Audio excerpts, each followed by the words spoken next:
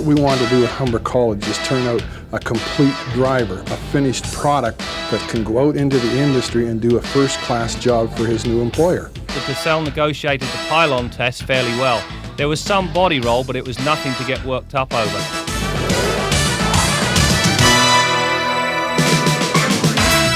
Motoring 91 is brought to you by Quaker State.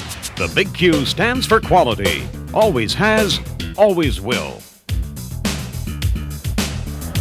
You'll never guess what we're going to be talking about this week. That's right, trucks. And you know, everybody has an opinion on truckers. Some are good, some are bad. And I think a lot of truckers feel that they are simply misunderstood by you and I, the driving public. And we're going to talk more about that with the truckers later on. But first, we're going to begin by going to school. The school is Humber College, and it's just introduced a brand new course in the art of truck driving. It's management's responsibility to provide safety education for the employees. That's the general norm in the trucking industry. Safety meetings once a month. And they have them on safety-related things. It can be on driving. It could be on back care. That's part of driving, to teach you the proper way to lift things up. And I'm sure that Andy is interested to hear that this goes on in safety meetings.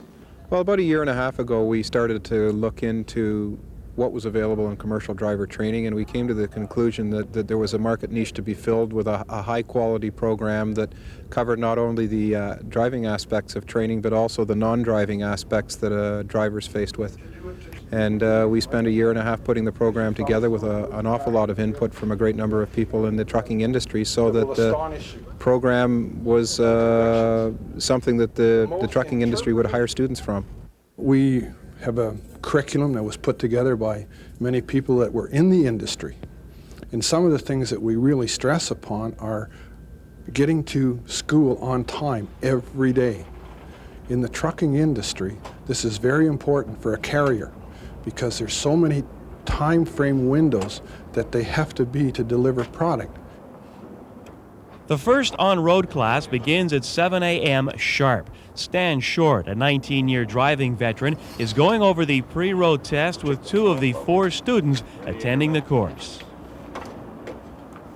You see a lot of people in the industry, and maybe it's because they've never been told how to do it. They can do what they call a pre-trip in a couple of minutes. Okay, it's full. But when we teach our people here, we teach them to check the air system as well as the light system. What to look for when you're going over a truck. Loose bolts. Loose bolts indicate something that may be breaking or has broken. Correct angle of your fifth wheel. How to hook up properly. And just the general safety of the vehicle. A driver, as well as the owner, is responsible for the safety of the vehicle. And if the driver doesn't check his vehicle before he goes on the road, and he's unfortunate enough to get into an accident, or even if going through an inspection station on a highway, the truck is checked out and there's something wrong that he should have known about, and maybe the truck should not have gone on the road. If you don't teach him what to look for, he'll never know that. How would you tell if they were adjusted properly? The push rod and the slack adjust would be at 90 degrees. That's right. When we talked to the trucking industry, when we did our original analysis, they came back to us and they said that they weren't very happy with a lot of the commercial driver training schools, and that the problem was that the standards were very low, that there was a minimal amount of time spent behind the wheel, enough just to get a driver's license, and that there was virtually no time in a lot of cases spent in the classroom with the non-driving aspects of being a driver, the regulations that they operate under, defensive driving, dangerous goods, customer service, national safety code, and the list goes on and on and on. And the industry was saying these are the things that we want our drivers to know about, and some of these schools just aren't covering this material adequately, if at all. Paul is just practicing his straight line backing here, and the backing is going to be the toughest part for any of the students in the course. A lot of things for them to get used to. It's a much bigger vehicle than they would normally drive, much bigger in the car, much longer, reacts differently when you're backing up. You get a lot of these people, a lot of students that have never backed up so much as a boat trailer before. You come out here and you give them a 48-foot trailer on the tandem axle tractor. It's a whole new world to them.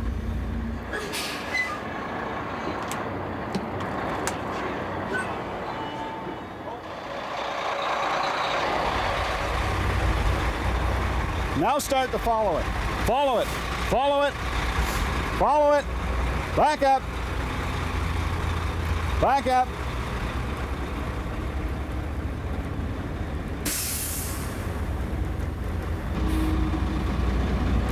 Jack it around a little more. Back it up. Well, I've always felt I could drive just about anything, you know. In this case, I think I have a bit of learning to do, but I can handle it as a job. Here I used to work in construction. There's not much of that going anymore. So I've been applying for just any old kind of job and not being too successful. There's a lot of people out there in need of work. But if you look every day in the paper, any paper, you'll find trucking opportunities all over. If you had not stopped when you did, if this had been a real life situation with a wall on the other side, another trailer, another truck, or a car, and you'd backed up that far without stopping, chances are you would have hit whatever was on your right-hand side. Okay? Something you have to keep in mind, you have to check both sides. And if you're in doubt, what's the best thing to do? Get out of the truck and check yourself. That's right. Now start jacking it. Keep going. Start jacking it to the right. As you're going, that's the wrong way. Jack it, the other way. Watch where you're going. Well, I know that the trucking industry is watching and watching very carefully. We spent a lot of time consulting with them, so they want to see what's come out of it. Was it all just a lot of talk, or is there some action involved? So we're very enthusiastic to have our students out there looking for jobs, getting jobs, and to hear about how they're doing from the student's perspective and from the employer's perspective.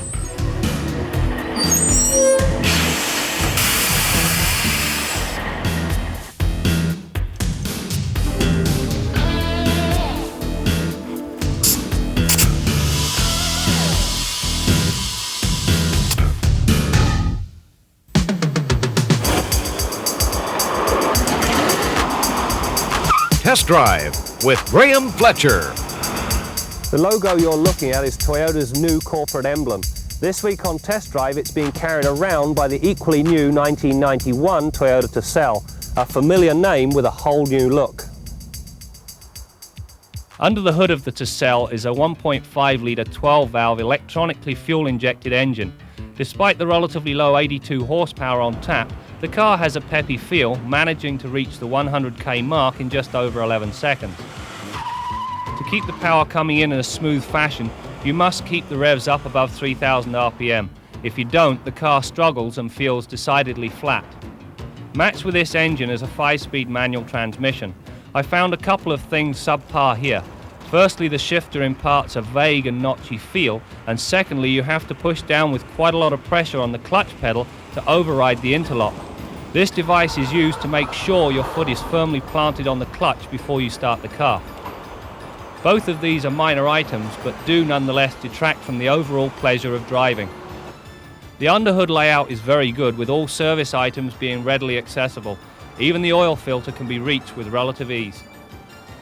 The dash is a plain and straightforward affair. The instrument cluster offers ample information that is readily retrieved. The interesting part of the dash are the 4 face-level vents. They're simple to operate and work very well, but they are rather ugly, especially in the closed position. The interior is well laid out, offering plenty of room given the small dimensions. Getting in and out of the back seat is accomplished best from the right side of the vehicle. The passenger seat tilts and slides forward in one smooth motion. The trunk is very well thought out. The lift over is low, the 60-40 split folding rear seats can be locked in the upright position, and there are 2 handy clips to hold the seat belts out of the way while you raise or lower the seat backs. Up front, the seats are comfortable and well contoured, offering fairly good lateral support. This is just as well because the car leans a lot whilst cornering, so you need the support to keep you put. Mention the Toyota Tercel, and 9 times out of 10 people will think of this style of car, an affordable hatchback that offers a great deal of practicality. Indeed, it was that style of vehicle that outsold the sedan at about a rate of 3 to 1. The present vehicle is only available as a 2 or 4-door sedan. You may say, so what? So what is that you cannot now get into a hatchback Toyota for less than $18,000. In fact, the only hatchback model Toyota offer is the Celica. On the skid pad, the Tercel negotiated the pylon test fairly well. There was some body roll, but it was nothing to get worked up over. The car also displayed a tendency to understeer if pushed hard. Now this trait can be put down to the skinny 155 ATR 13 tyres. On the road, there was a general consensus that the suspension could do with being a little softer. All but minor road imperfections are transmitted to the occupants. The Tercel features a front disc rear drum brake system. The pedal feel is good and it's easy to modulate. Stops from 80 were accomplished in 121 feet, and unlike some other front-wheel drive cars, there was no tendency for the rear brakes to lock prematurely. This ensures straight, stable stops. Before we go to the scoreboard, it's time for my pet peeve, and on the Tercel, it's to do with the driver's seat. I found it too high off the floor, meaning that I was very close to the roof, and I found myself ducking to get a proper view or reclining the seat. Now, neither of these two options is particularly comfortable on a long trip. Now to the scoreboard for the verdict on the 1991 Toyota Tercel. Despite the relatively low 82 horses on tap, the Tercel has a peppy feel. We recorded acceleration times of just over 11 seconds to the 100k mark. Whether on the highway or tootling around the city, the engine feels equally at home. The power-assisted front disc rear drum setup brings the Tercel to rest with a minimum of fuss. We recorded stopping distances of 121 feet from 80 kilometers an hour. During the pylon test, we noted some understeer and some body roll. Neither get to the point where they should be of any concern. All in all, a satisfactory setup, albeit a little on the stiff side. We recorded a commendable 72 decibels at 100 kilometers an hour. The additional soundproofing found in our LE model certainly has the desired effect. The Tercel is certainly economical. We consume fuel at a miserly rate of 8 litres per 100 kilometres or 35 miles per gallon. The Tercel has become known for its reliability, economy and versatility. The 1991 model will continue to offer affordable, dependable motoring, but minus the hatchback, it loses a little of the versatility. You've been driving truck for almost 10 years. If there's one piece of advice you could give to the driving public, what would that be? Use your signal lights more often and keep that third lane open for us, so when we're slower cars are in front of us, we can get around them a lot easier. All right, well, happy motoring. Okay, thank you. So there you go, and I hope you're taking notes because we're going to be talking later to more of today's truck driver. But now we're going to leave the truck stop and join our favorite mechanic, Bill Gardner. And this week, Bill is going to continue his series on getting the best performance out of your car during those long, cold winter days.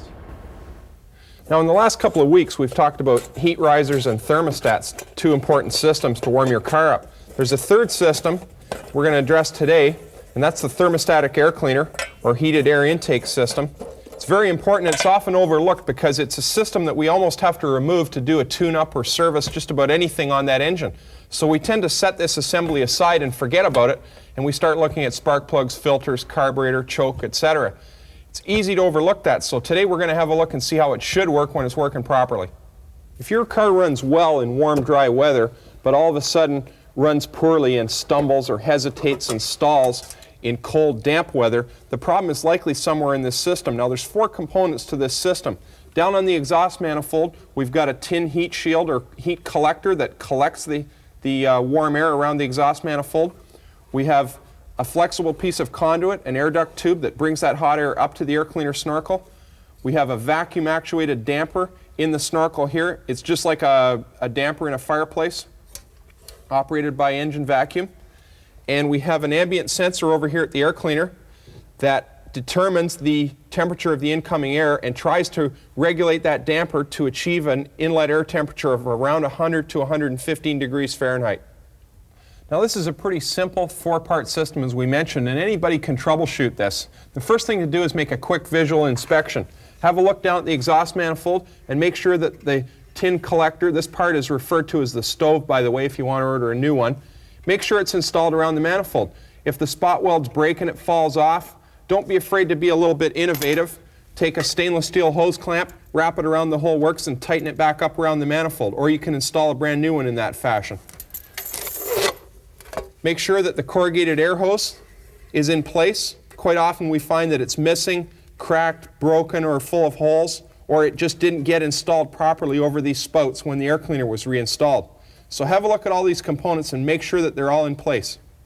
After you've made your visual inspection, start the engine and make sure that that damper in the air cleaner snorkel closes.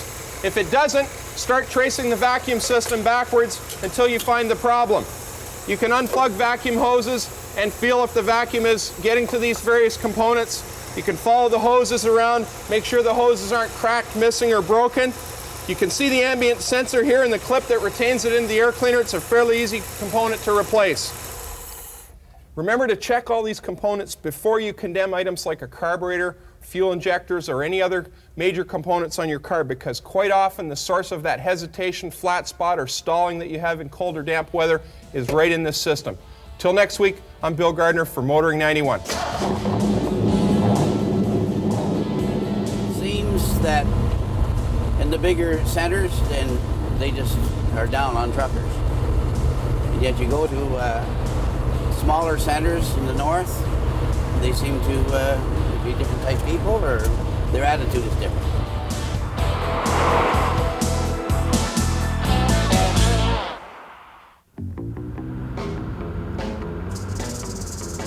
Well, earlier we had a chance to talk to some young people who made a decision to make a career out of driving a truck.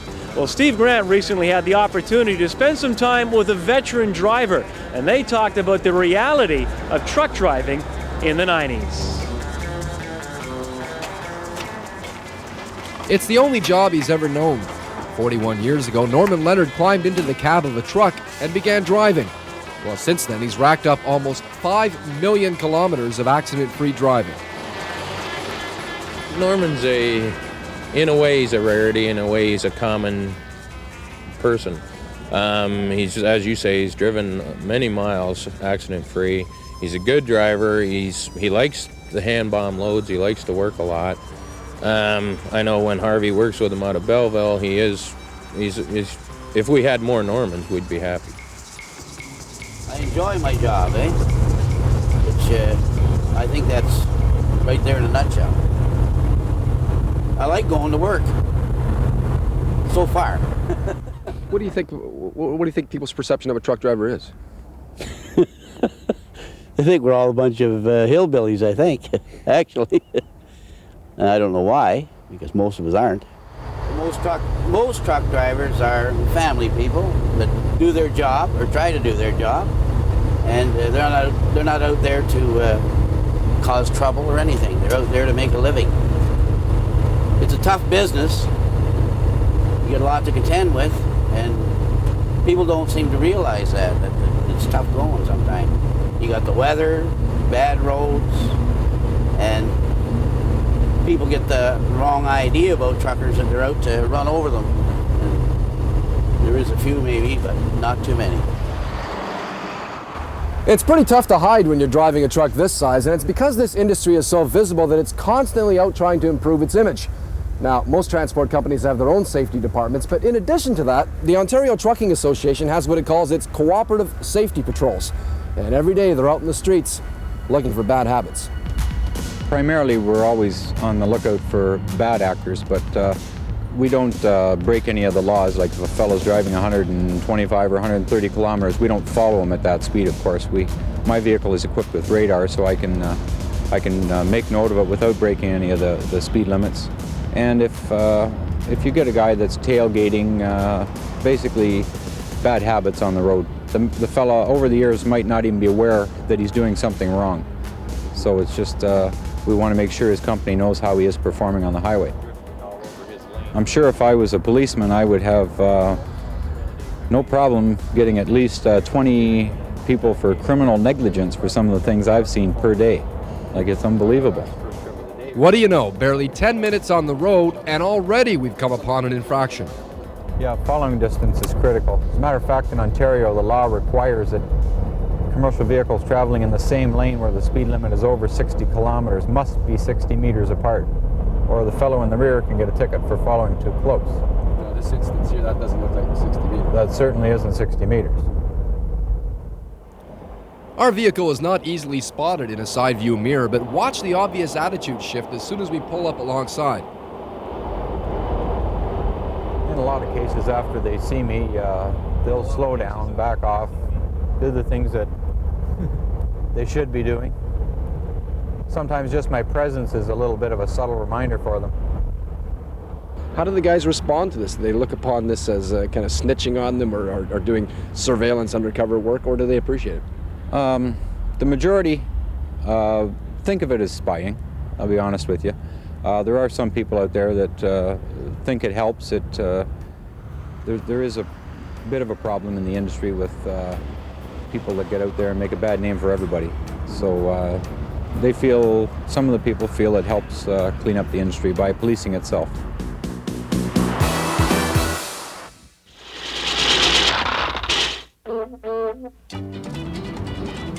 Do your seatbelts rub you the wrong way? It would be stupid not to wear them, but some seatbelts can be uncomfortable. The seatbelt and strap comfort pad prevents the age-old problem of chafing and rubbing by those nylon lifesavers. Thanks to Velcro, the comfort pad slips on and off easily and can be used on everything from luggage straps to backpacks to golf clubs.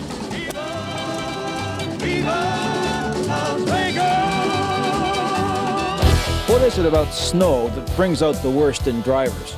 We'll look into that next on Kenzie's Corner.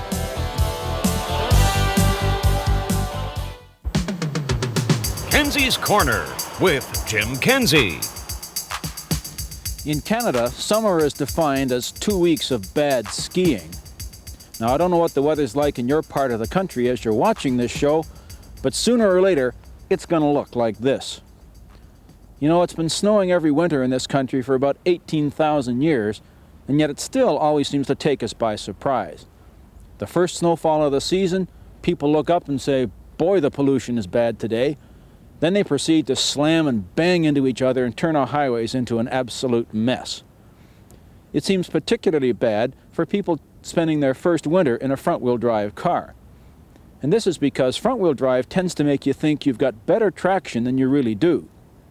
In a rear-wheel drive car like this one, the back end tends to fishtail under bad conditions, and that warns you to slow down. Now, the technique for recovering from a skid is the same no matter what kind of car you're driving. Most important, get off the brake, get off the accelerator. They'll only get you into more trouble.